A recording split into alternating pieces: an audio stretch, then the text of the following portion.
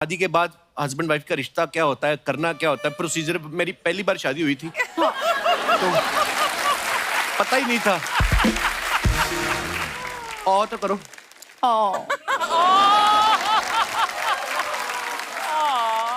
और वाली बात तो मैंने भी बताई नहीं। मैं सुहाग रात पे दूध पी के सो गया था। हाँ वाली बात तो मैंने भी बताई नहीं। आपको पता है हनीमून पे क्या हुआ? क्या हुआ? जब मैं सुहागरात पे ही सो गया तो हनीमून पे क्या ही हुआ होगा।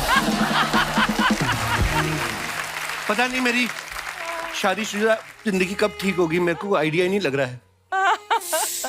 देखिए आप सब ठीक होगा, आप चिंता मत कीजिए। शादी बचाओ फाउंडेशन आपकी सेवा में हाजिर है।